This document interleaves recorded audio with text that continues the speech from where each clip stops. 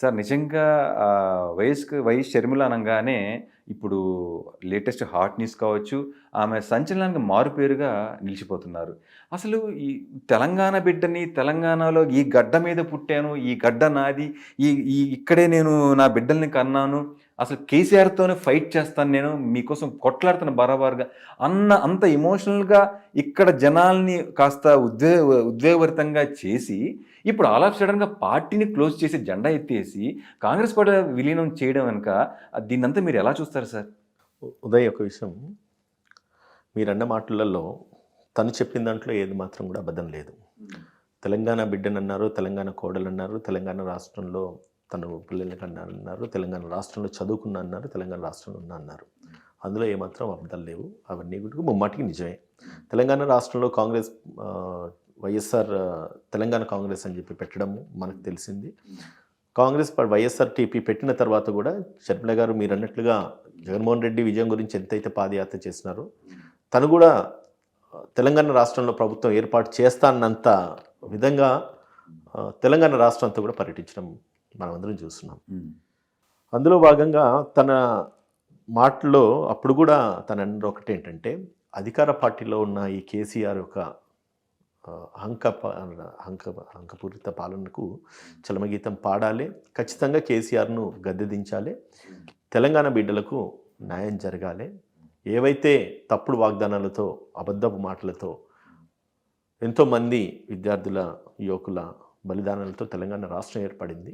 కానీ తెలంగాణ రాష్ట్రం ఏర్పడిన తర్వాత అధికారంలోకి వచ్చిన ఈ కేసీఆర్ తన మట్టుకు తన కుటుంబం మట్టుకే పరిమితమైనాడు, కానీ ప్రజలకు ఒక సంక్షేమాన్ని కానీ ప్రజా ఒక శ్రేయస్సును కూడా ఏ రోజు ఆలోచించలేదు. కాబట్టి ఇందులో కేసీఆర్ను గద్దెదించాలే, మార్పు రావాలనేసి అనుకున్నారు.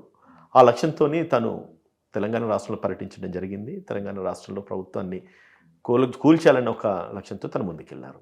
కానీ తర్వాత ఎప్పుడైతే కాంగ్రెస్ పార్టీ అంటే కర్ణాటక రాష్ట్రంలో మనం గమనించున్నాము, ఒక వేవ్ వచ్చేసి కాంగ్రెస్ పార్టీ గెలిచింది.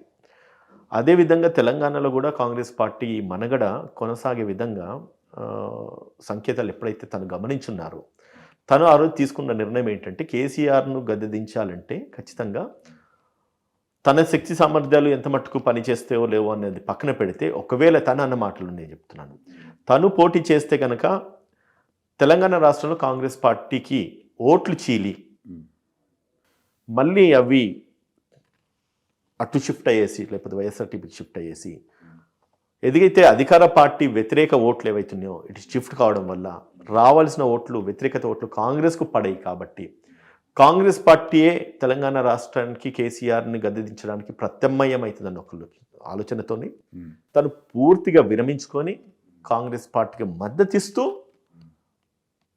తను పోటీ చేయలేదు. దానికి మనం కొన్ని విషయాలు ఆలోచించాలి. కొన్ని కాన్స్టిట్యున్సీస్లలో ఉదయ్ నేను చెప్తున్నాను, మార్జినల్గా కూడా కొన్ని కాన్స్టిట్యున్సీస్ గెలవడం జరిగింది. తను ఎక్కడైతే ఖమ్మం నుంచి పోటీ చేస్తా అనుకున్నప్పుడు ఖమ్మం నుంచి పోటీ చేయకుండా తన పోటీని విరమించుకున్నారు.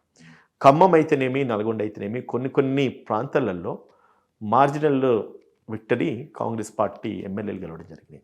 ఒకవేళ నిజంగానే తనన్న మాటకు ఒకవేళ మనం ఆలోచించి కొన్ని సామాజిక ఓట్లు కానీ అంటే అట్లీస్ట్ అంటే మతపరంగానే కానీ లేకపోతే ఇంకోటే కానీ, ఇప్పుడు ఎస్సీ రిజర్వ్డ్ ఓట్స్ కానీ లేదంటే బీసీ ఓట్స్ కానీ అండ్ తనకున్న క్రిస్టియన్ బ్యాక్గ్రౌండ్కి సంబంధించిన క్రిస్టియన్ ఓట్సే కానీ లేకపోతే రెడ్డి సామాజిక వర్గం ఓట్లే కానీ, ఇటువంటి ఓట్లే కావచ్చు, ఓట్లు ఇన్ఫ్లుయెన్సర్సే కావచ్చు, వీళ్ళంతా కూడా ఖచ్చితంగా అంటే రాజశేఖర రెడ్డి గారి మీద ఉన్న గౌరవంతో ఒకవేళ కనుక ఇటువైపు ఓట్లు వేస్తే మళ్ళీ అది అధికార పార్టీకి, ఆనాటి బీఆర్ఎస్ పార్టీకి, టీఆర్ఎస్ పార్టీకి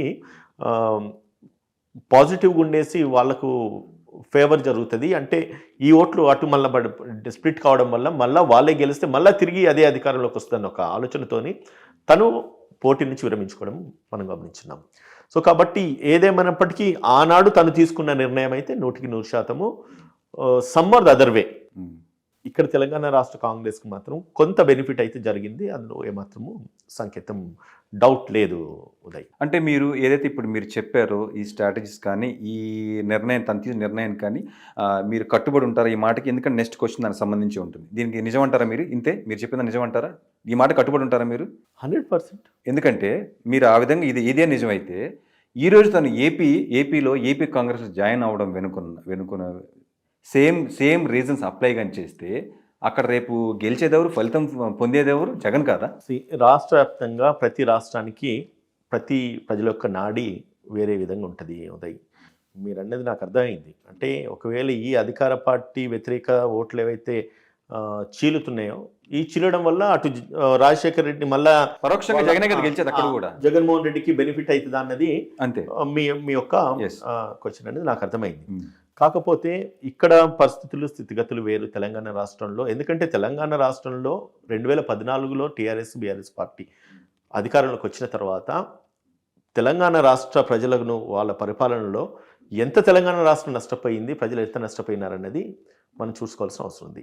కానీ అక్కడికి వెళ్తే 2 పర్యావరణలు ఒకసారి చంద్రబాబు నాయుడు పరిపాలించడం జరిగింది, ఒకసారి జగన్మోహన్ రెడ్డి గారు అధికారంలోకి రావడం జరిగింది. అధికార పార్టీకి ప్రతిసారి వ్యతిరేకత అయితే ఖచ్చితంగా ఉంటుంది. ఆ వ్యతిరేకతను ఈరోజు షర్మిల తీసుకున్న నిర్ణయం కాంగ్రెస్ పార్టీలో జాయిన్ కావడం. సరే, కాంగ్రెస్ పార్టీలో జాయిన్ కావడానికి గల కారణాలు కూడా మనం ఆలోచించాల్సిన అవసరం ఉంది. ఈ మధ్యకాలంలో జరిగిన కర్ణాటక రాష్ట్రంలో జరిగిన ఎలక్షన్ రిజల్ట్స్ కానీ తెలంగాణ రాష్ట్రంలో జరిగిన ఎలక్షన్ రిజల్ట్స్ కానీ మనము ఒకటే అదే నేను ఇప్పుడు ఏం చెప్తానంటే, కేవలం 5 ఎమ్మెల్యేలతోని తెలంగాణ రాష్ట్రం కాంగ్రెస్ పార్టీ ఉండే. సుమారుగా 19 మంది గెలిస్తే 12 మంది ఎమ్మెల్యేలను కేసీఆర్ తీసుకెళ్ళిపోవడం జరిగింది, మనందరికి తెలిసిందే. ఆ మిగిలిన 5 నుంచి 6-7 ఎమ్మెల్యేస్ ఎవరైతున్నారో ఆ కాంగ్రెస్ పార్టీకి ఉన్న ఆ మాత్రం ఎమ్మెల్యేస్ అంతా కూడా ఈరోజు 65 మందికి వెళ్ళడం అనేది ఇది శుభసూచకమే. అండ్ ఇది ఒక అద్భుతం కూడా. అదే మనగడ రేపు ఆంధ్రప్రదేశ్లో కూడా కొనసాగే అవకాశాలు ఉన్నాయని మనం ఎందుకు అనుకోవద్దు? అది కూడా ఒకసారి ఆ కోణం నుంచి కూడా ఆలోచించాల్సిన అవసరం ఉంది.